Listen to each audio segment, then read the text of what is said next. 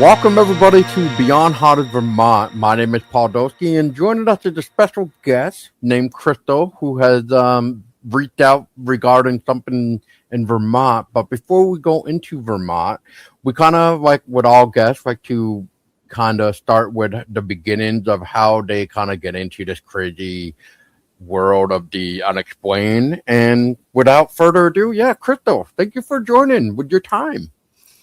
Thank you for having me here.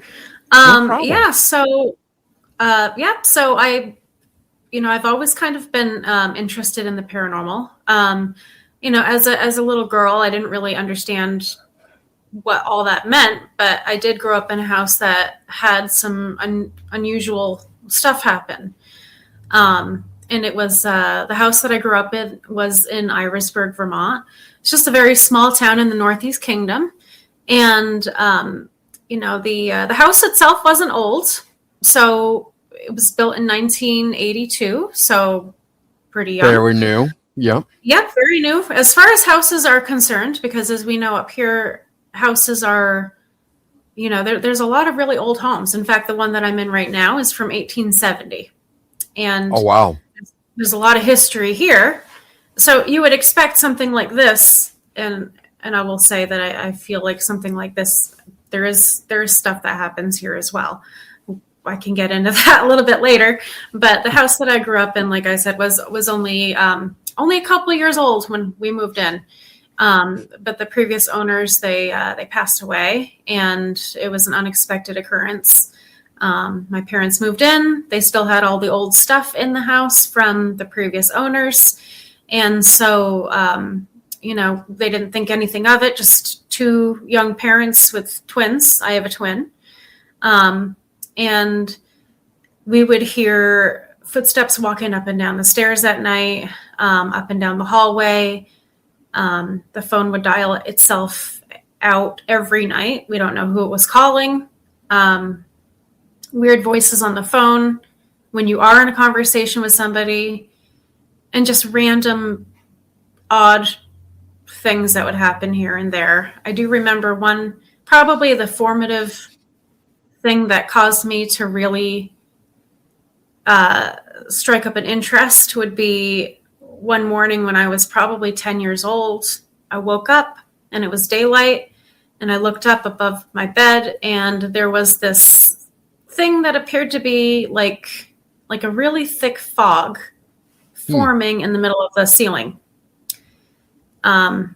Just kind of stationary, but almost moving like a river inside of itself. And I blinked, and it was still there, and it was there for probably 10 seconds, and then it just disappeared through the middle of the ceiling.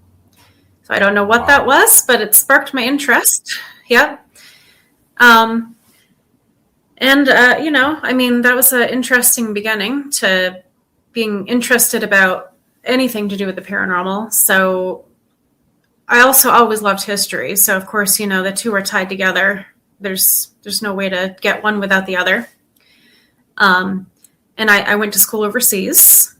So when I went to England, I was an art major, and there was a lot of haunted history over there, as you know. But there was definitely some places around that area that had some stories. So of course, you check things out with friends. Like there's a castle over there, Conisbrough Castle in Yorkshire, England. And one of the stories about that particular castle is that there's a chapel that when nobody's in there, and of course there's no electricity, you'll see a light in the window at night on occasion. And there's phantom highwaymen and all kinds of fascinating, interesting stories about England, because their history goes way back. Oh, yes. Yeah. There was even I lived in Sheffield, England, but there was a town nearby, York, England, where the treasurer's house, there's a story about the treasurer's house where they were working in the basement, and somebody was in the basement and they saw a Roman army walking by in the basement, but only from the knees upwards. And when they dug into the basement floor, they found that about 2 feet below the basement floor, there was an old Roman road. So what they saw was essentially the Roman army marching along the old Roman road that they didn't even know was there. Oh, wow. So, yeah, so, you know, we might have called that in the paranormal world a residual haunting, like a replay of events happening over and over. So, again, all fascinating stuff. And when it's your formative years, it kind of drags you in. So, yeah, so that's kind of where my interest all started. That's awesome. Yeah, Yeah. is England the one where it's known for like having the I can't even think of the term, but like some sort of like contraption over like the grave to keep them like in their graves? Yeah, so I'm not sure if it was England, but there's definitely history behind people building cages over Yeah. the top of graves to keep potentially people that died from escaping. Yeah. You know, and there are all different things that happen back then. You know, there was a lot of concern about people being buried prematurely as well, and sometimes they would tie a string to the finger of the deceased just in case, and then they would, you know, have a bell above the grave, and then if the person awoke, because sometimes somebody would be just in a coma, they would ring the bell, hence the term dead ringer. So it was pretty eye-opening, all the history and all the different facts over there. But yeah, there's been some odd burial practices in history for Oh sure. yes. Oh yeah. Yeah. Yeah, I don't know. Well, I mean, so I know you kind of moved here to Vermont and all that. So how long have you been here in Vermont? Just curious. Oh, so I've been up here since 2011. Okay. I moved from Florida. So my family, because I was born up here. Oh, And I went to school up here, and this is my family. They had a home in Irisburg. They still live there. And I went to school in the Northeast Kingdom, graduated, and then I left and went to England and went to school over there. I got married there. And I ended up moving back to the United States, and he wanted to live in Florida. So let's just say he's still down in Florida. That was a mistake, but he brought me down to Florida. So I did get to see another part of this country as a result of him. So there's the one thing that I can give him credit for. And then when I had kids, I wanted to move back up here to be with my family because my parents are still up here. So I was pregnant with my youngest, and I thought, well, it's time to move up here. And so it's a nice town here. We live in the Northeast Kingdom as well. And, it's very quiet, which is good. And, sometimes a little aggravating at times, like with internet issues. But I wouldn't have it any other way. But Florida has a lot going on. And while I was down in Florida, I was part of 2 different teams. And then, of course, when I was up here, I also had one team as well. So I started, when I moved back from England, I moved back to Vermont initially because I was going to continue my education in Vermont. It didn't end up working out that way. So I actually started a team because I was fascinated by ghosts. And it was the first team that I had. It was the first formal team. And we were called NVPS, Northern Vermont Paranormal Society. We had 4 members, and this is 2007. So it was just really, it was well, it's almost 20 years ago, really, if you think about it. It feels like it Yep. was a lot more recent. But um, there's a couple places that we went to, some residences and a cemetery up here that there was some pretty fascinating stuff that happened. I'm not sure if you want me to get into what happened in the Vermont location first, or if you want me to go into the Florida. I'm happy to do either way. Yeah. Well, first, before we get into that, real quick, I guess the reason why I was asking how long you've been in Vermont is because I'm assuming you know about Tiffany Clark Smith, who's buried in New Haven. The cemetery is known as the Evergreen Cemetery. Go figure, because there's a lot of evergreens cemeteries. It feels like, but I didn't know if you recognize that name. I don't. I'm not familiar with that name. So Tiffany Clark Smith is known as, going back to like your segment about the premature burials. He was one of those people in Vermont that was afraid to get buried alive. So he had this.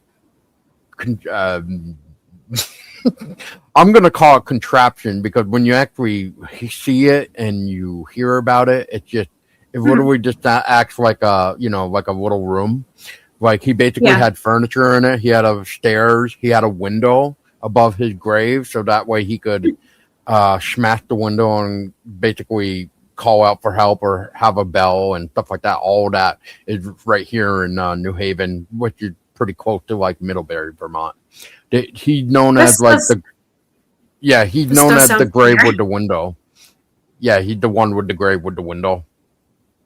Yeah, I think I have read something about that now. I read a lot. That does sound familiar.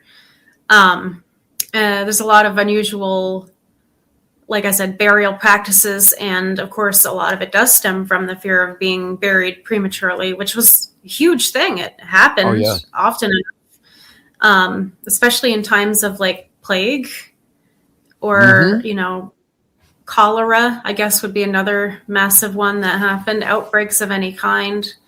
And they didn't have what we have now medically. Exactly. So, yeah, it was concerning. Very. Yeah. So, so I did investigate a cemetery. I didn't have a grave with a window. Up here, we went to Newport Center up here in the Northeast Kingdom, and there's there were rumors that it was haunted. So there was 3 of us that went, and there's some really interesting stuff that happened there. So I was filming, and I had just a JVC recorder with night vision on it, and there's a tree line, and the tree line is set pretty far back from the road. There should not be any kind of reflection across the evergreens.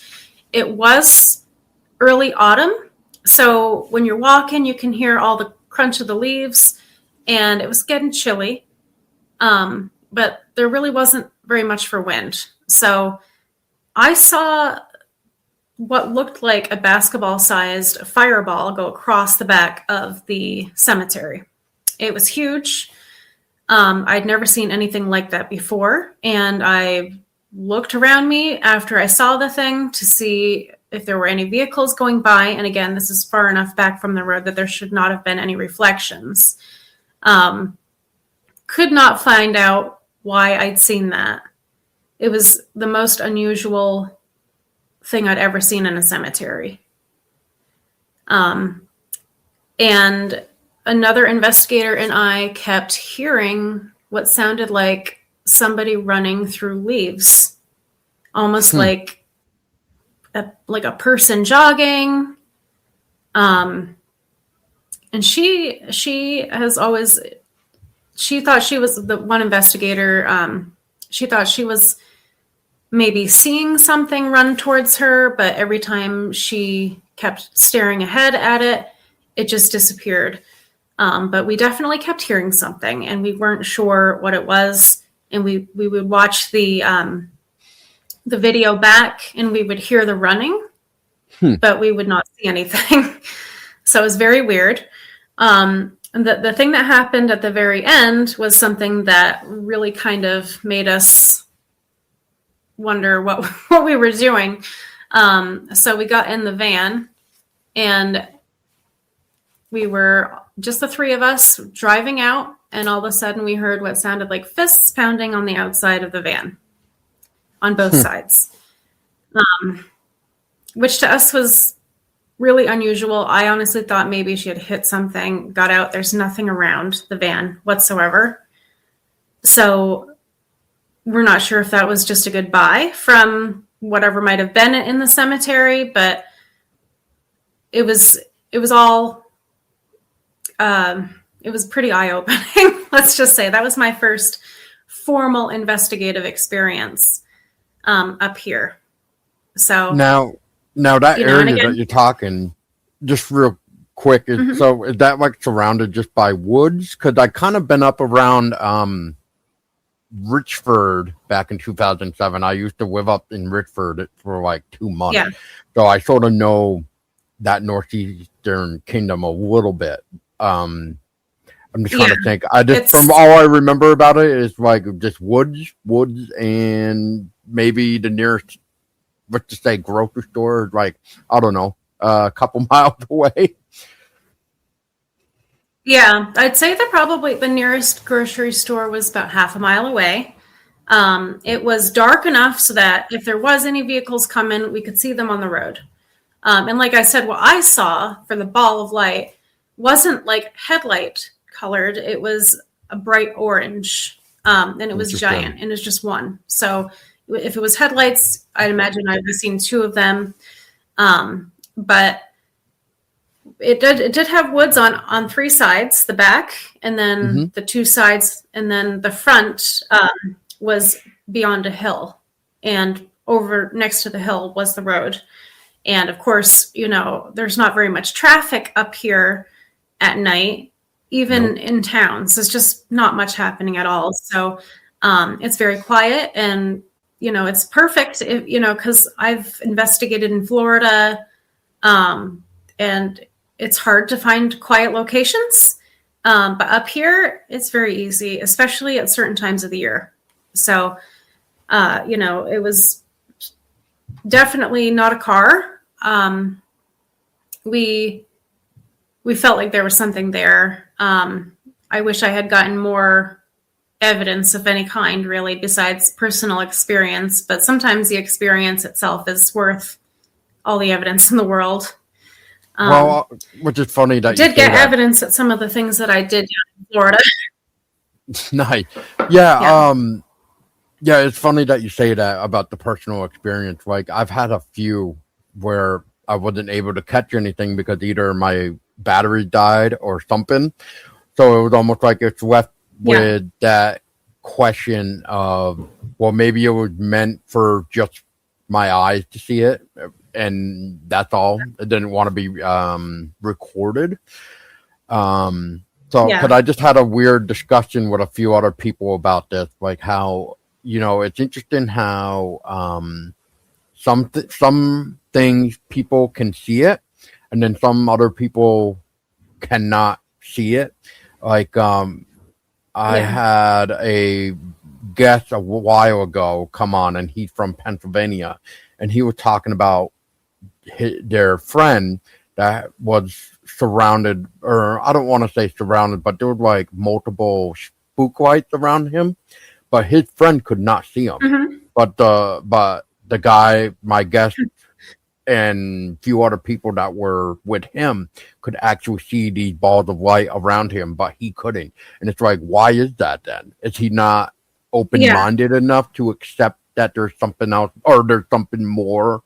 Like, it makes me wonder how this phenomenon really works. Or we could always delve into the fact of, like, once you dive into this strange, mysterious beyond, basically, are we becoming the paranormal, I guess?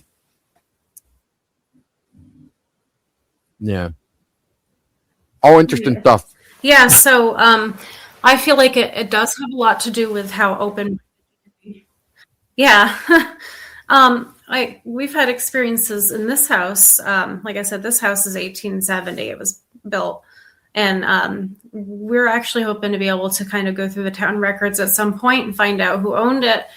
But this house was like, we bought it last year, and it's been under renovation for, well, we had 7 people working like for 7 months trying to get it ready for us to move in, because it did not look like this when we moved in.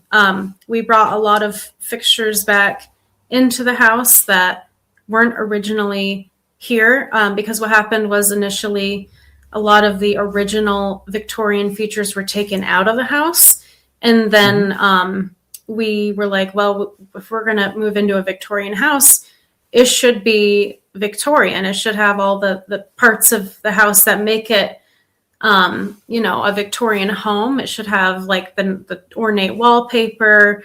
It should have, the columns. And we found like pieces of like walls that are ornate that were originally, up in the house, that were like in the closet. We found a clawfoot tub in the basement that they weren't using. And we brought that up, and now that's being used. And we filled the house with antiques, which, some people are like, no, don't do that because it could be haunted. But we love antiques. So we've got old registers in the house. And it's just, that we've actually had quite a bit of activity here. And we're not sure if it's somebody that lived here or something that was tied to something that was brought in. But for sure, we have stuff happening. Oh boy. You haven't had anything like, you set like your car key down on like the table, and the next thing you know, your car keys are no longer there and they show up somewhere else? Have you haven't had anything like that, right? Where I'm sitting now, this is where I typically sit when I'm working. And there's a door that's a glass door behind me. And I've got the door open right now, but it latches. And my partner was sitting across the table from me, and the door was closed. And he literally watched the door unlatch itself and open up right in front of both of us. Another thing that has happened that's kind of weird is there's definitely a cat here. I don't know why.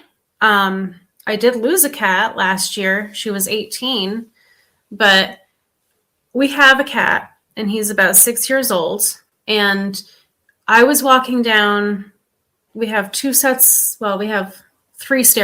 really. But I think what we have near the kitchen is like a set that may have been like servant stairs because they're narrow. I was walking down that set of stairs, and I heard at the same time a cat walking down the stairs right next to me. And so I look, there's nothing there. I get downstairs, the other cat is already down here on the rug, sleeping.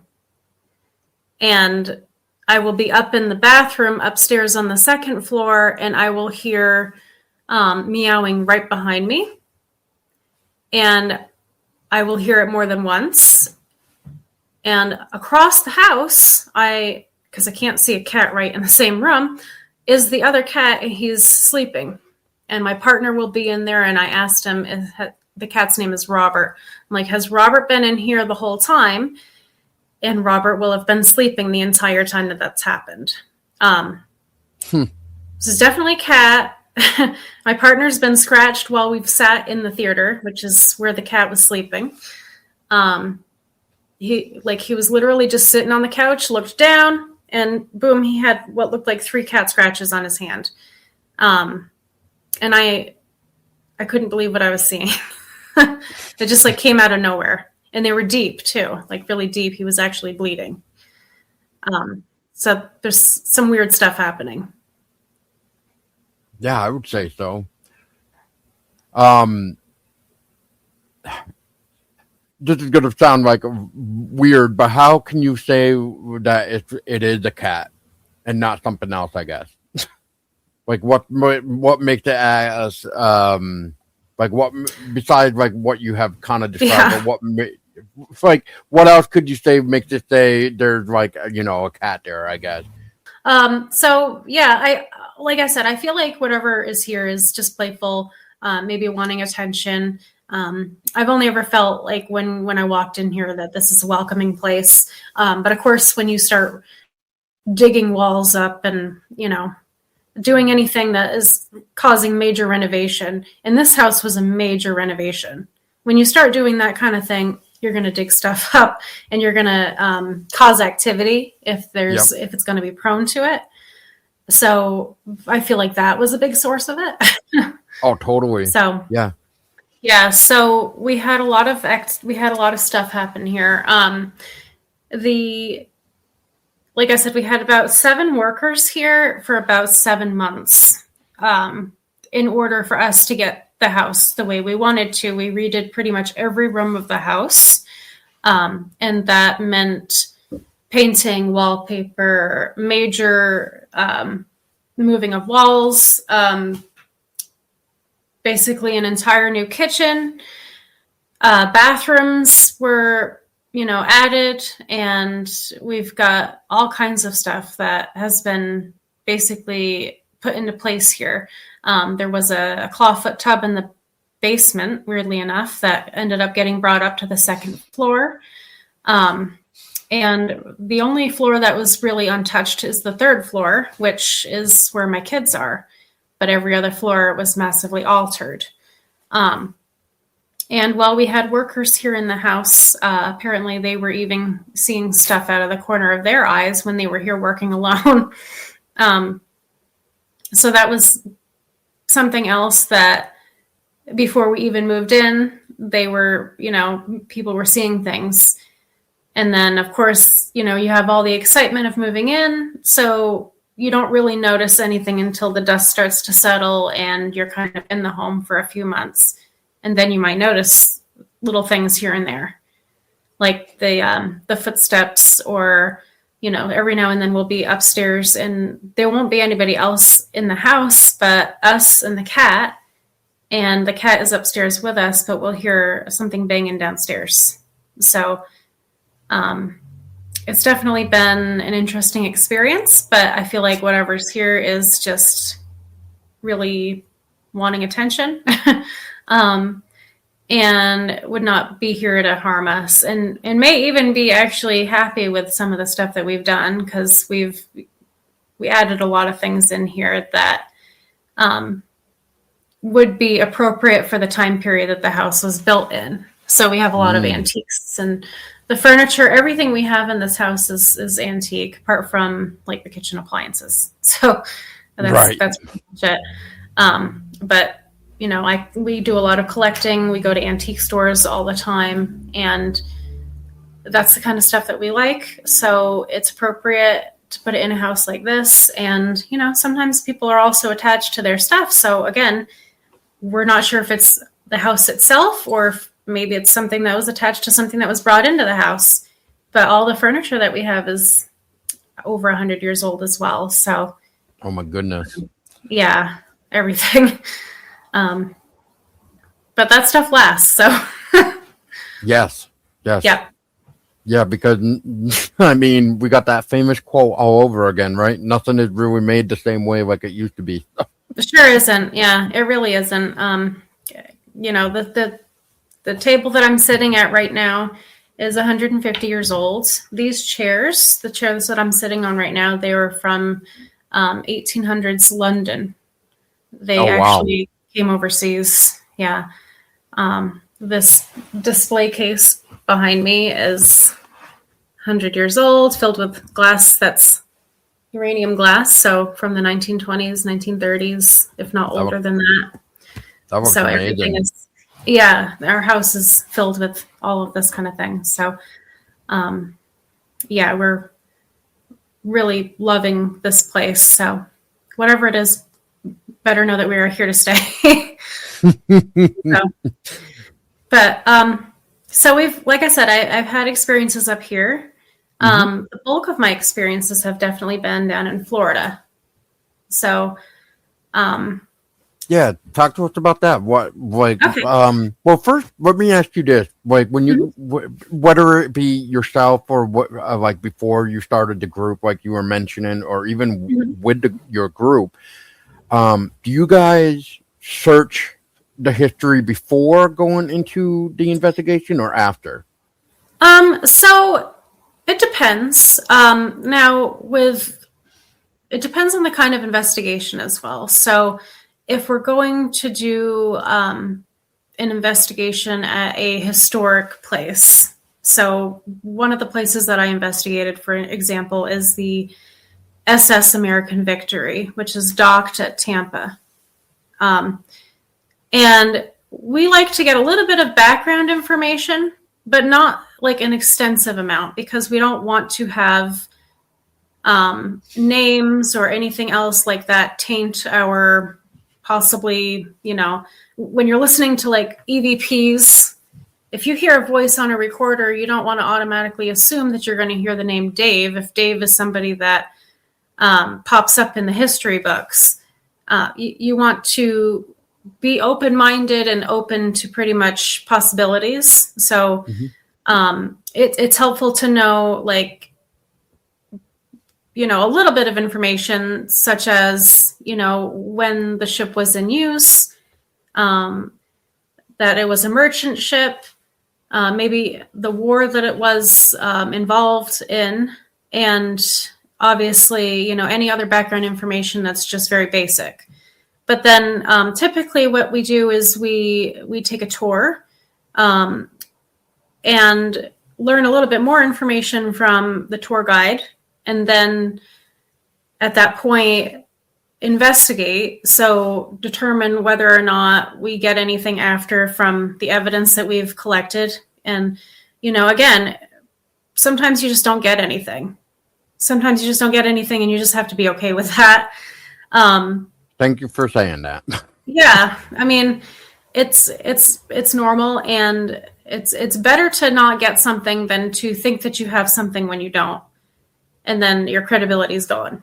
So uh, we I wish I had more of the evidence that I've actually been trying to find more of the evidence from some of the places that I went to, because we had some pretty powerful evidence from some of the locations down in Florida that I know I have somewhere. And like, for example, the May Stringer Museum in Brooksville, Florida, is one that was investigated by TAPS Yep. and also Kindred Spirits, and we got some really interesting things that happened to us there that we did have documentation of. And somewhere in my evidence, there's a DVD with all of that on it, which I'm currently looking for. Like I said, we moved not too long ago, so trying to find it's not easy right now, but I will find it. But I'll tell you a bit about some of the places that I've been. So when Mhm. I moved down to Florida, I had NVPS up here in Vermont, and obviously I can't bring my group down there. So I ended up going down to Florida, and I ended up founding the Florida chapter of a larger network of investigative teams that fell under Southern Paranormal Anomaly Research Society. And they're a TAPS family member. And so they're called SPARS Paranormal. And they had different chapters all over the southern United States. So they did not have a Florida chapter yet. And I was approached to become the state coordinator for Florida.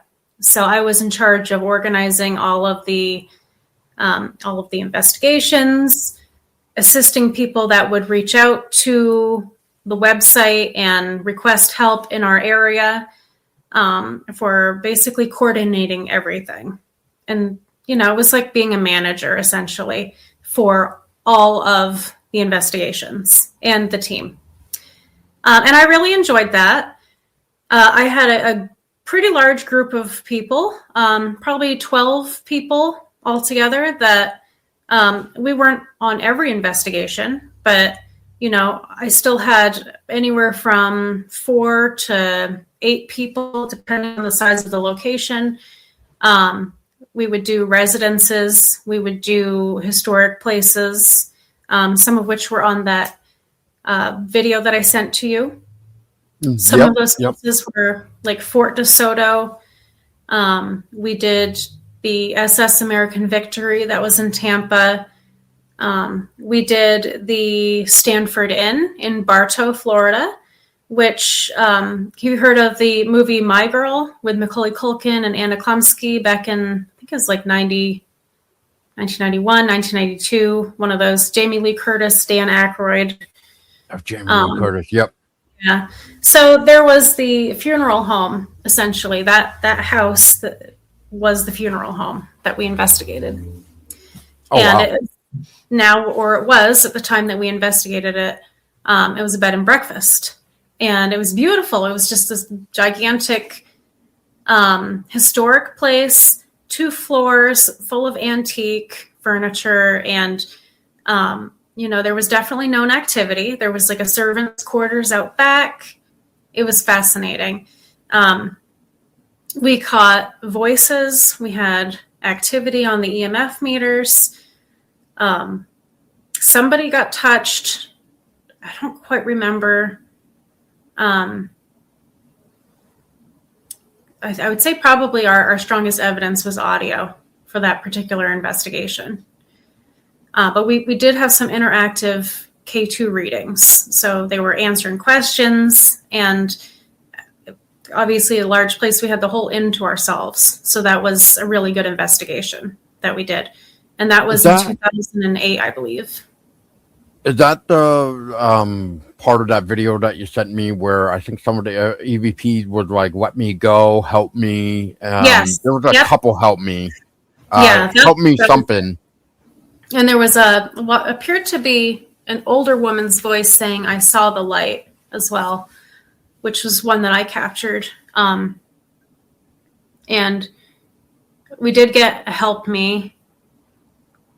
And the thing is that the house itself is it's in a book called Haunted Sunshine. I can't remember who the author is, but they have all different locations in Florida that are haunted that are in that book. And it was actually, there's a pretty good chapter on the house. So if anyone's interested, that's a good option to read about the history of the home. Haunted Sunshine again? Haunted Sunshine. Yep. Okay. Down there, we also, like I was mentioning, we did a lot of residences. There were a few cemeteries that, in mortuaries that we would to try to get to know our equipment. We'd walk around there and then be surprised when we'd pick up voices. And this would be like dusk time. So, we wait for it to be quieter. Cemetery's still open, but we're not like picking up a lot of outside noise, which, as I said, is an issue in Florida, especially when it's a certain time of the year and you have a lot of tourists. One of the places that really sticks out in my mind for Florida was the May Stringer Museum, which is, so that one was the one that I mentioned was done by TAPS and also was Kindred part Spirit. of, so we had a tour guide there. Her name was Bonnie, and she was going to meet us outside the house, and she wasn't there yet. So we show up. It's getting dark outside, but we figured we'd just take a couple preliminary shots of the place. So we take some pictures. And again, this is what I'm hoping to uncover on that DVD that I know I'm going to find. Yes, you will find it. Yeah, we will. So at this point, this is 35 millimeter camera. Very nice. Back in the day. So after the pictures get developed, there is clearly in the attic window, because there's nobody inside the building at this time. In the attic window, you can see what looks to be like a man in shadow, just his head and his shoulders, just standing in the attic window. And quite an imposing figure. So finally, Bonnie shows up. We go in. She gives us a tour of the beautiful museum. It's gorgeous. There's like a doctor's office where they have like old doctor implements and an old wooden wheelchair downstairs. There's also like a Civil War museum in there as well, with military uniforms. And yeah, there's a room full of dolls, which if you love haunted dolls, great. And then Bonnie paused when she got to the attic stairs. So she said, I will not go up into this attic because there's a man up there and the spirit does not like me. She was pushed down the stairs before by this spirit. And she really was, you could see she was really uncomfortable with the idea of going up. So she told us, she said that he did not like women. And my team was mostly women, of course. So and she did say that there was also a bed up there that she wasn't sure where it came from, but the rumor was that somebody had been tortured on the bed. So we weren't sure if the spirit in question that had pushed her, I guess it also had slapped her as well. Wow. Yeah, it was pretty violent.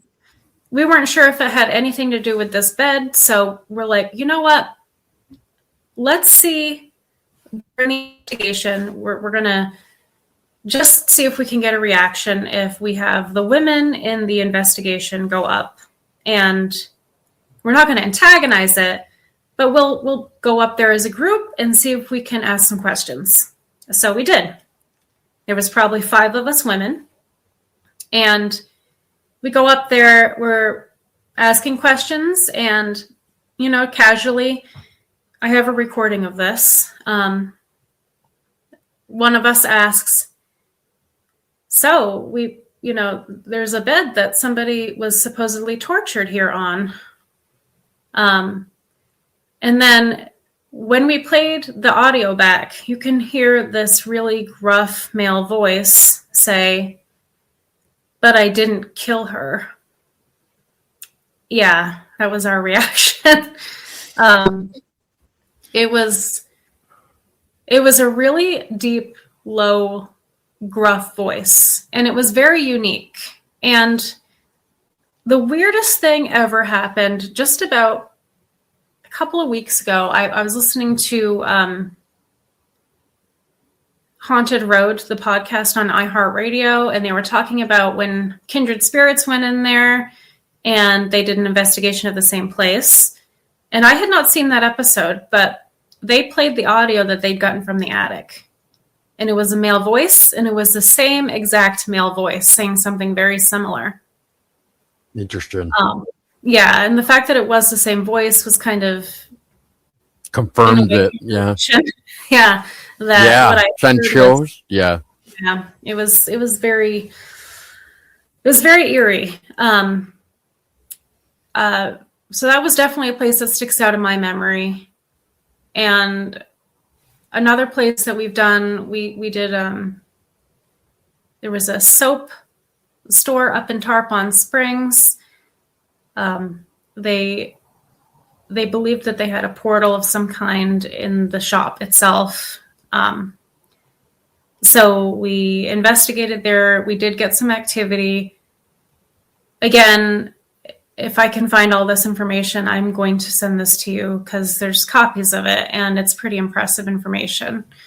But like I said, there's places that we did where there really wasn't much of anything going on, places that you would think would get a lot of activity. And sometimes you go and investigate, and sometimes it's not the right day. You can't make stuff happen on demand. Just like people, they're not there to entertain. They're basically there to exist. And, I feel like sometimes when people go and investigate and they antagonize and all they want is activity, the last thing you're going to get is that. So it's really important to be respectful when you go in. So, it's all in how you approach things. So I did that group. I was part of that group up until I had my son, who's now 16. And then I realized that was a lot of organizing for me. You know, I was like, okay, I love doing this, but to organize all these investigations and with an infant, and he was a needy infant too, so he was going to be the focus of my attention. So I ended up stepping back from that team, and I'm still friends with everybody that is or was on the team. And I did end up getting approached by another local team after that. And I'm not entirely sure how all of that happened, but they asked me if I was interested in investigating with them, just as an investigator. And so I did go on some investigations with them. We did a couple places, not a lot, but enough for me to continue to investigate for a little while. And that team was the Southwest Florida Paranormal Investigations, otherwise known as SWIFP. Some of those members are members of MUFON, which, as we know, is like a big UFO network. Yeah, the Mutual UFO Network. Yeah. Yep. And, they were very knowledgeable in all those aspects as well. So I got in the paper down there for being part of that group. So that was kind of nice to get some recognition there.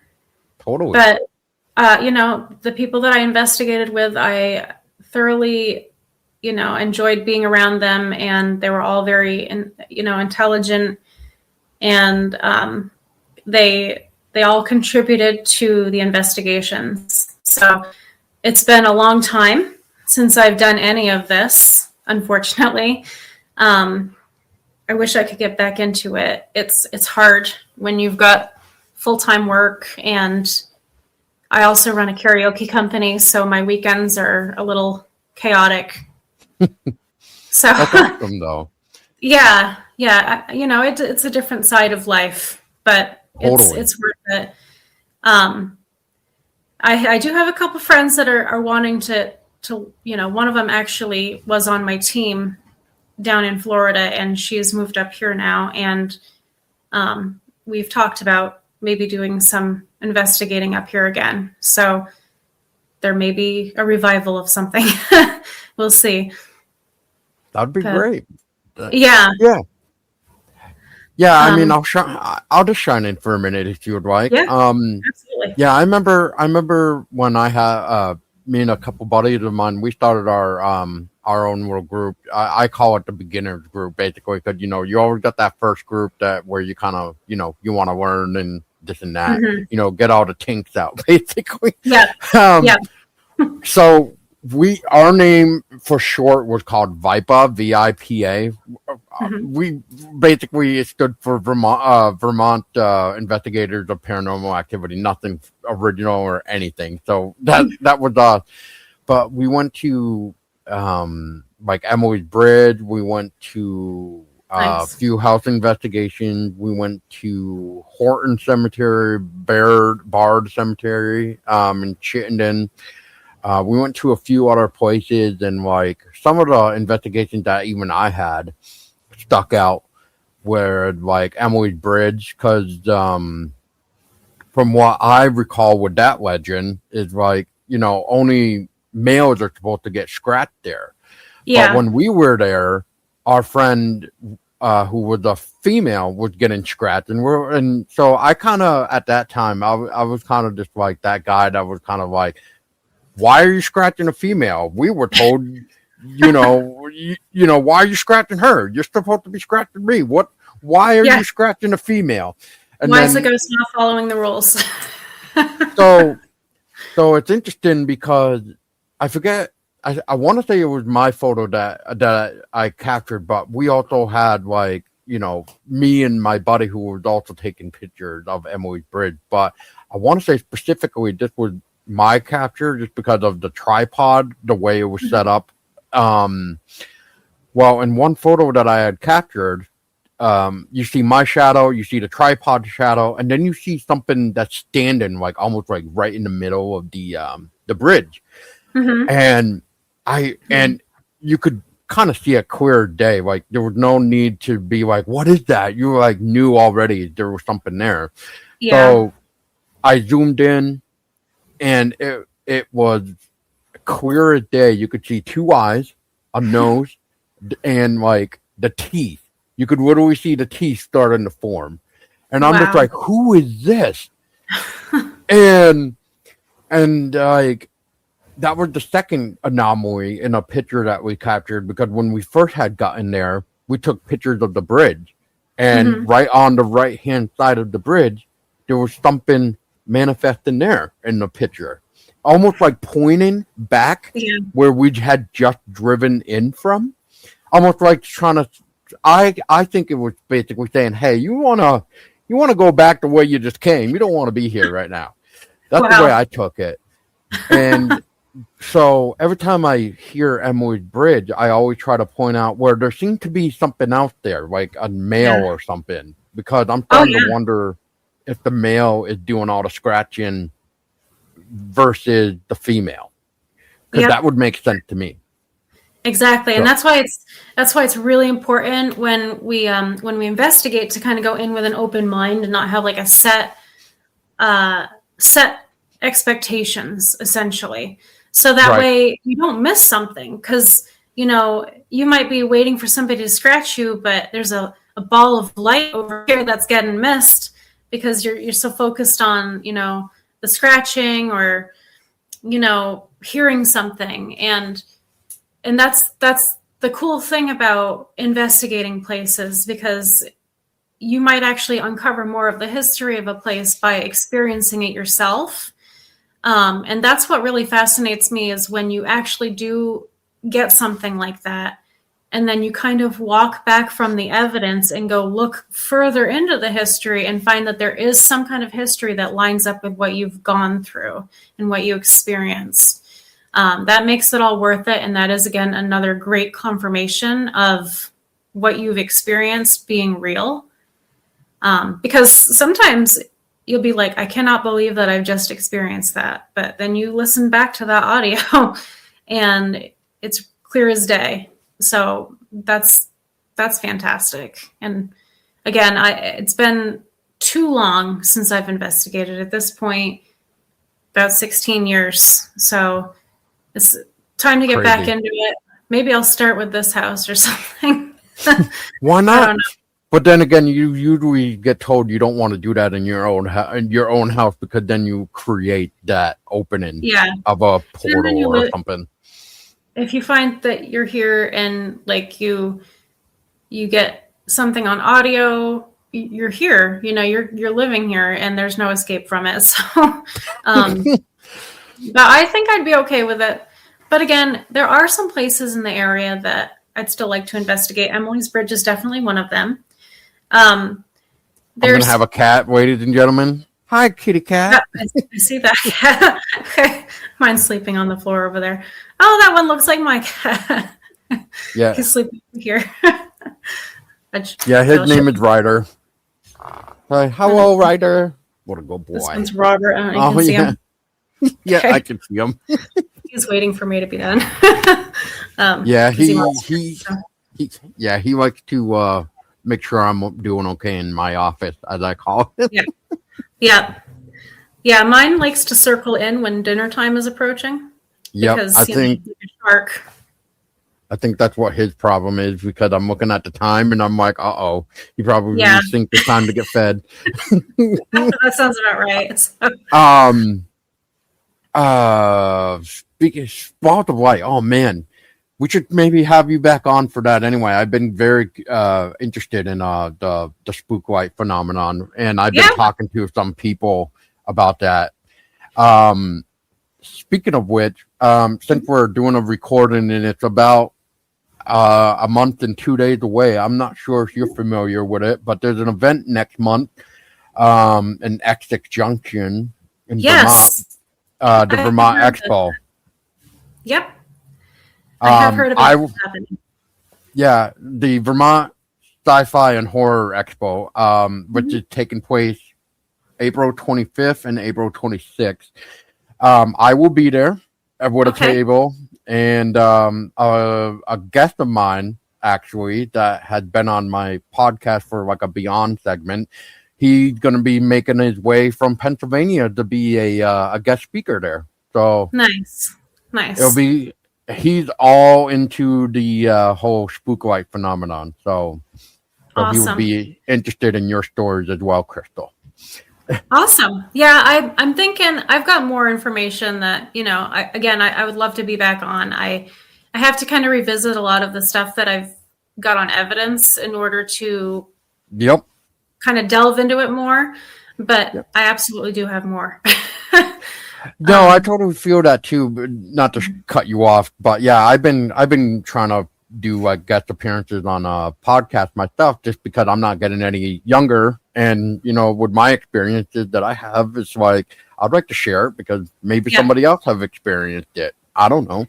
I mean, some of the going back to what you were saying about you thought you may have had it on recorded, we'll just say, but instead it ended up being your own paranormal experiences. I don't know how many paranormal experiences I had where I wish personally, I could travel back in time and be like, hey, I want a camcorder because I know what's about to happen here. So. Exactly.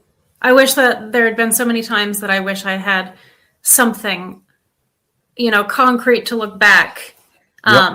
Because, it's an amazing experience to have that experience, but it's an isolating thing when you're the only one that experiences it. And sometimes people are like, are you crazy? Exactly. I think some people are, like I said, just a little bit more open. So we're a bit more prone to experiencing things. And so that tends to be the norm for us, more maybe observant as well. And I think that definitely goes a long way in us having more experiences as a result of it. So some people are, I think, more magnetic to activity like that, I would say. The vibrational frequency of us. Yeah. Yeah. And a lot of those people are animal lovers. So I could tell that your cat loves you. So your cat mine is the same way. So I feel like that is another thing, children and animals are drawn to people with certain energies. And as a result, why would death prevent that? Why would it matter if that person is living or dead? Those energies are still going to be attracted regardless. So. Yeah, I mean, a short little story. So Ryder here is going to be 2026. So 4 years this year. And when I adopted him literally on his 7th month of being alive. And during the day when I went to take a look at Cat, he actually just walked right up to me and laid right down at my feet, and you could just tell he was not going to move until I picked him up. So that's what I did. So he chose me, and I ended up bringing him home that following day. So he's been my buddy ever since. My pain in the ass. Totally understand. Yep, our cat is like that. Robert, he was a stray actually. Found his way to the door, and has never left. So just a little baby, and that's how like my other cat who's somewhere. He was a stray. We took him in literally a day before like the first worst snowstorm back in November of 2017. Wow. So he's been with us ever since because we thought we had found his owners, but it was not him. So yep. So oh well. Crazy. So yeah, but he's starting to. I think he's starting to warm up more because I think he was never really disciplined. So of course I had to discipline him. Yeah. And I think ever since then he kind of been, I don't know if I would want to say trauma bonded, but yeah, Mhm. it is like that in a way. But now he's starting to warm up more. I'm starting to hear him be like more purring. He Oh never yeah. used to really purr. He would always kind of give you that look like like yeah, whatever. But yeah, now he's purring more, which I was just like, dude, are you okay? like Yep. Sounds like he's got um, some emotional attachment now. yeah. Well, I also think he's getting more mature as because I mean, 2017. So what is that? Almost 9 years ago. Yeah. So I don't even know how old he is technically because, like, again, he's a stray. But when we went to get him neutered, the vet thought he was maybe like around 1 years old. Oh, so he was pretty young. Yeah, so he was pretty young. Um, we call him Chunky Monk now because he went from being yay little to That's funny.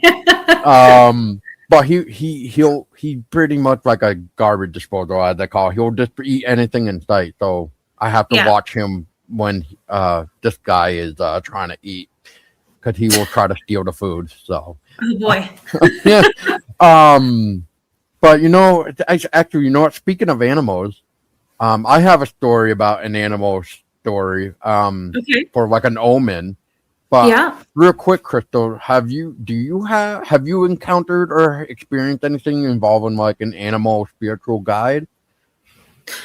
I'm not entirely sure. I feel like I've been around cats for some reason. And I'm not sure, like I said, I had cat experiences Yep. here in this house, but I've also had experiences growing up in the house that I grew up in Irisburg, where there was definitely a cat there too.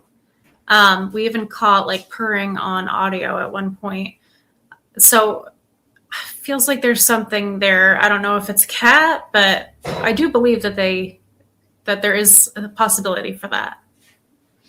Yeah. I'll share it with you, Crystal. Okay. I know probably a few people have already heard me mention this, especially on a podcast that I just did. But anyway, for your story, so what would that be? So a year later, which would actually, I don't know if this is ironic or just weird or what, but so Ryder's birthday here, the cat that's on my lap, he Mm-hmm. was born May 10th, 2022.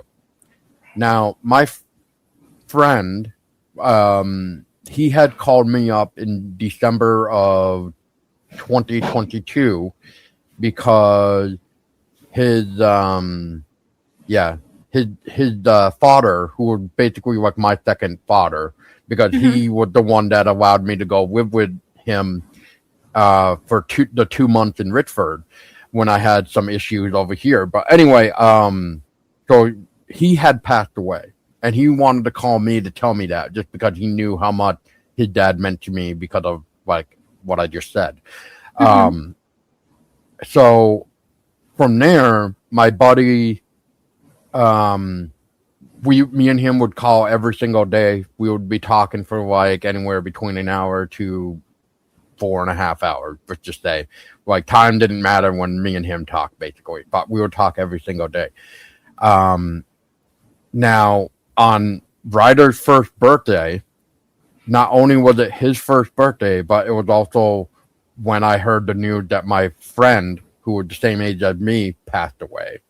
Mm-hmm. Now, um, so I remembered that his birthday was like 2 months away, July 27th, and I was curious to look up what his spiritual animal would be considered. His would be rabbit. Mm-hmm. So by the time July came rolling through in 2023, he, his spiritual animal came showing around, whether it being where I live, if I'm driving to or from work or just whatever, I'll just see rabbits everywhere. And Wow. it got to the point where when I was driving to work one day, um, oh yeah, and I was also seeing rabbits at my job too, and I was just like, okay, That's quite a lot of signs. Yeah.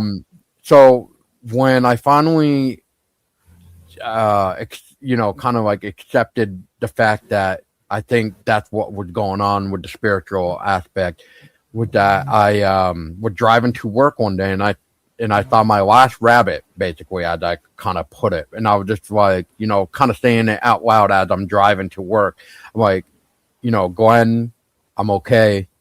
Just please go look after your other family members. I'll be Hmm. okay.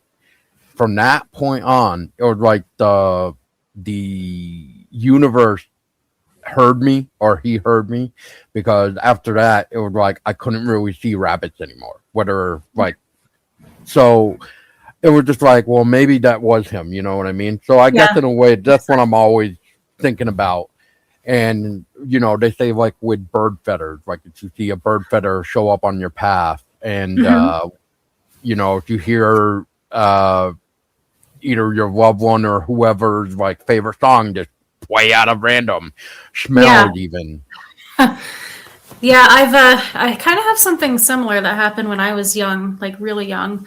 I had a cat that I was really, really attached to, and I had this necklace that it was just a silly kid's necklace that every morning he would come grab this necklace from me and I would put it on him. And it had a butterfly on it.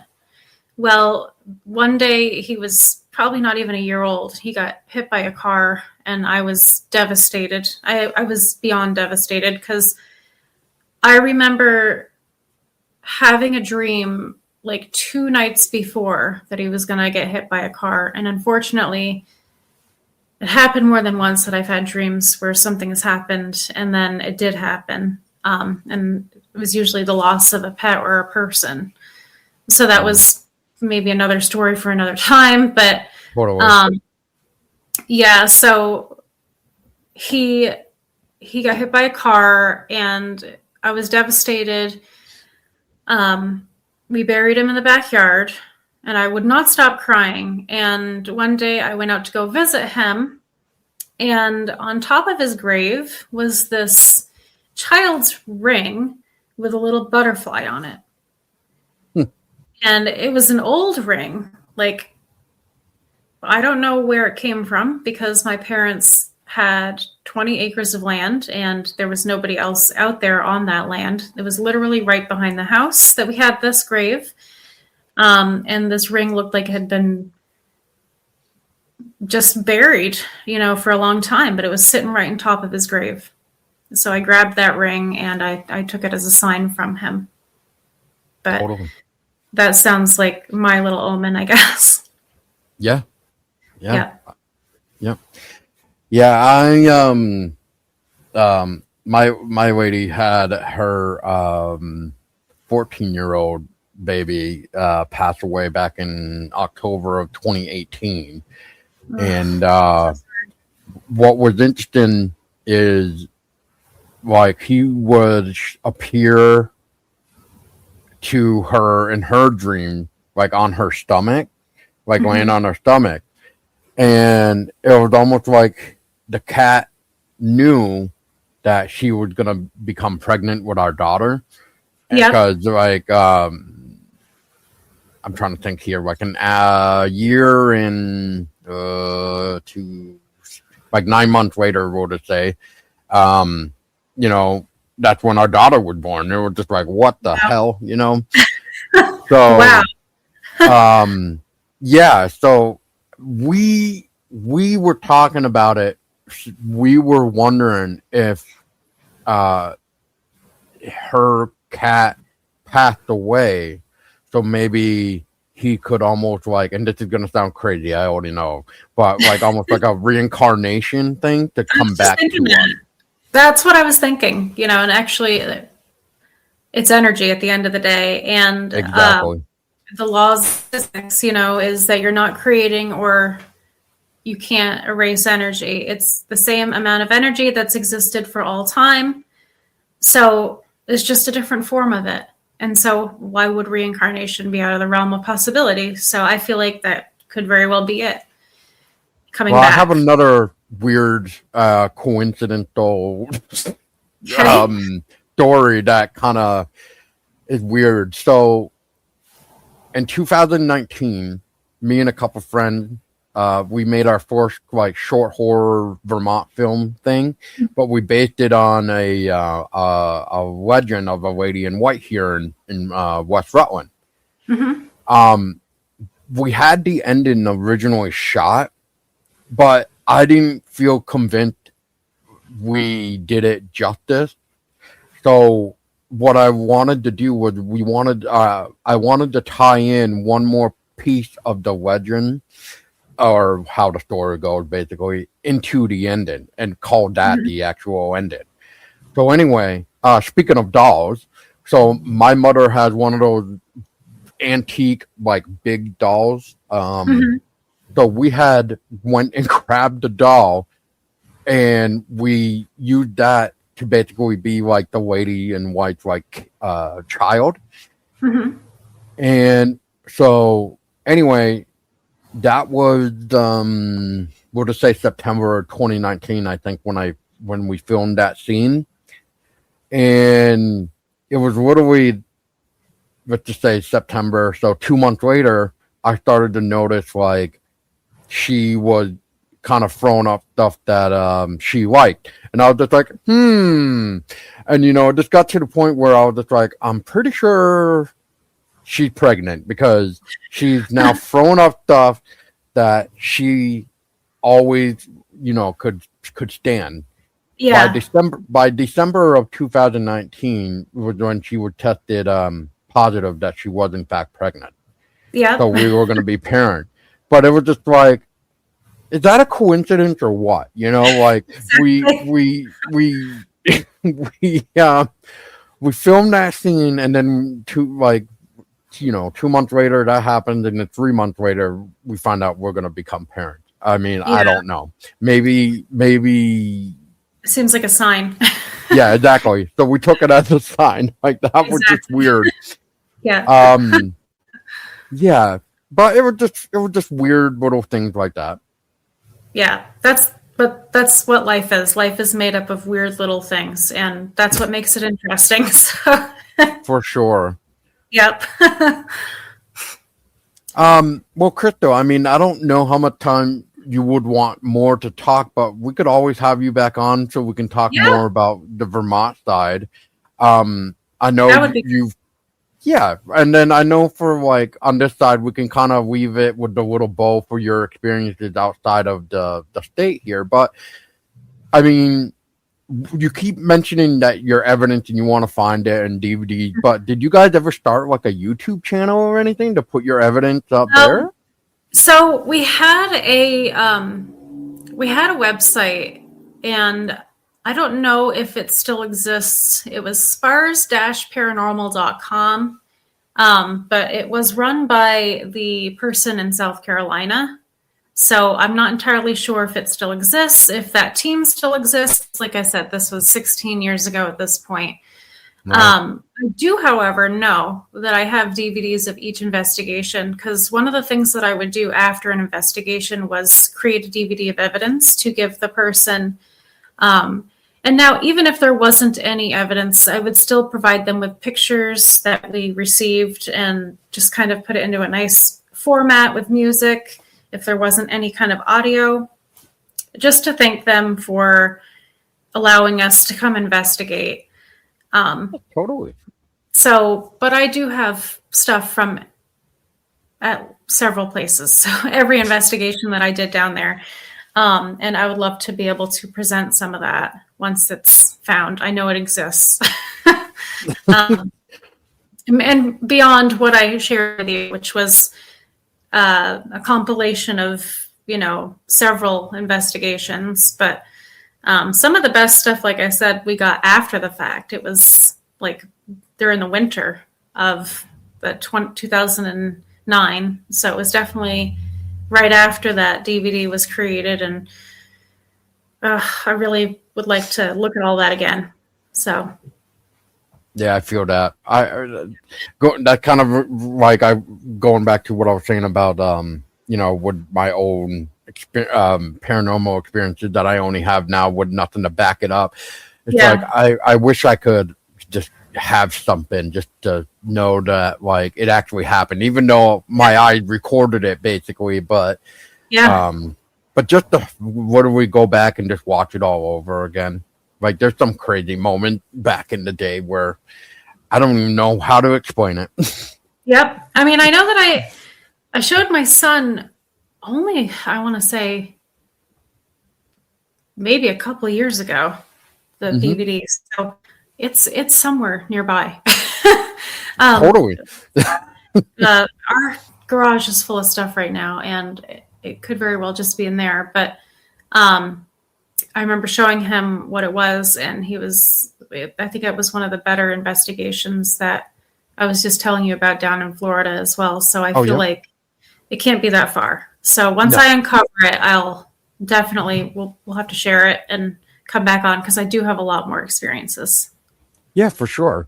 Yeah, and it's been a pleasure for you anyway. And for those wondering why I'm sounds like I might be cutting it off early, Crypto he and I had some difficulty with internet and websites, well to say, for trying to Yeah. get this damn thing recorded. But I mean, Yeah, that's just the way it is. Even here in the Green Mountain State, it's hit or miss with some connection.